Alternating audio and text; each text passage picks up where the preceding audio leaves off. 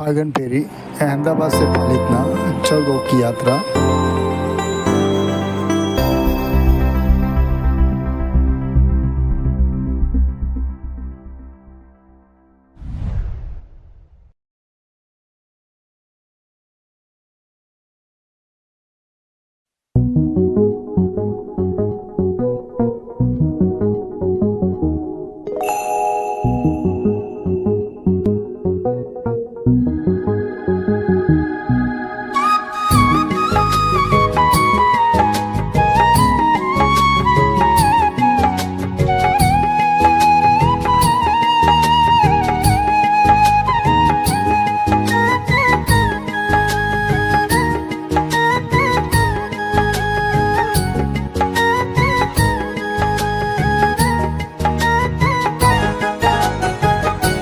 જેની કીકી કાળી છે ને આંખ રૂપાળી છે,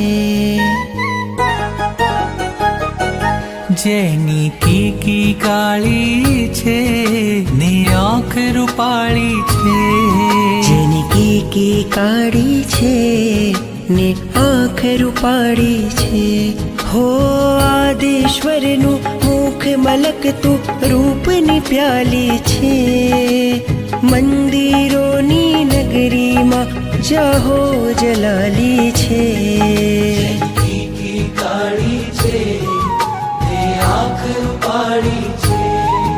જેની કીકી કાળી છે ને આંખ રૂપાળી છે।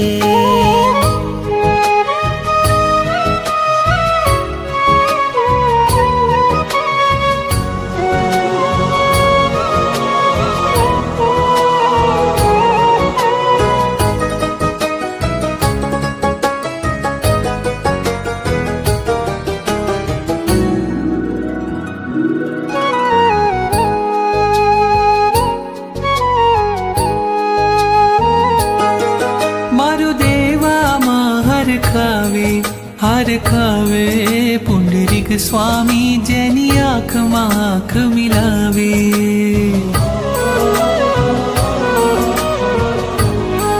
शत्रुंजय नदी ना पाणी लई आवे ने संग तने नवरावे, ओ एना ऊपर छाया करवा रायण डाली छे, मंदिरोनी नगरीमां जाहो जलाली छे, जेनी कीकी काળી છે ને આંખ રૂપાળી છે, જેની કીકી કાળી છે ને આંખ રૂપાળી છે।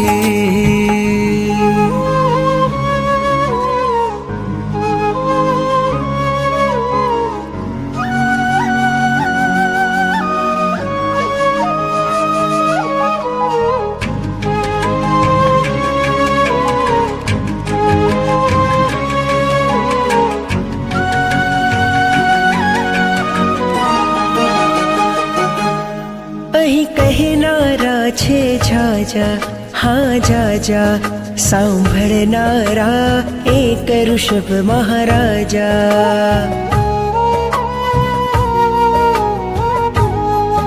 કોઈ વાતો કરતું ગાતું છલકાતું, કોઈ મારા જેવું આંસુમાં અટવાતું, સાર કરે સંભાળ કરે એની પ્રીત નિરાળી છે, મંદિરોની નગરીમાં જાહો જલાલી છે, જેની કીકી કાળી છે ને આંખ રૂપાળી છે, જેની કીકી કાળી છે ને આંખ રૂપાળી છે।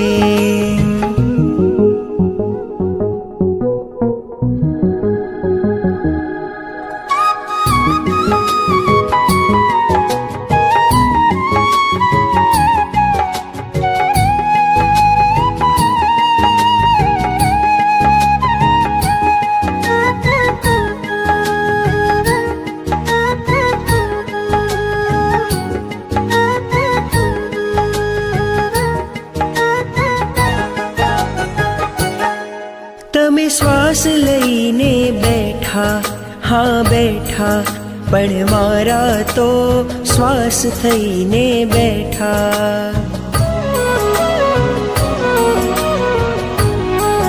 तुझ द्वार बजे शहनाई शहनाई, मारा हैयानी ऋषभ संग सगाई. ऋषभ कथा तो उदय रतन ने बहली बहली छे. मंदिरोनी नगरी मां जाहो जलाली छे. की काढ़ी छे ते आँख रूपाળી छे. जनकी की काड़ी छे ने आँख रूपाड़ी छे. हो आदेश्वर नु मुख मलक तू रूप नि प्याली छे. मंदिरो नी नगरी मां जाहो जलाली छे. की काढ़ी छे ते आँख रूपाળી छे. जनकी की काड़ी छे ने आँख रूपाड़ी छे. आँख रूपाળી छे ते आँख रूपाળી छे.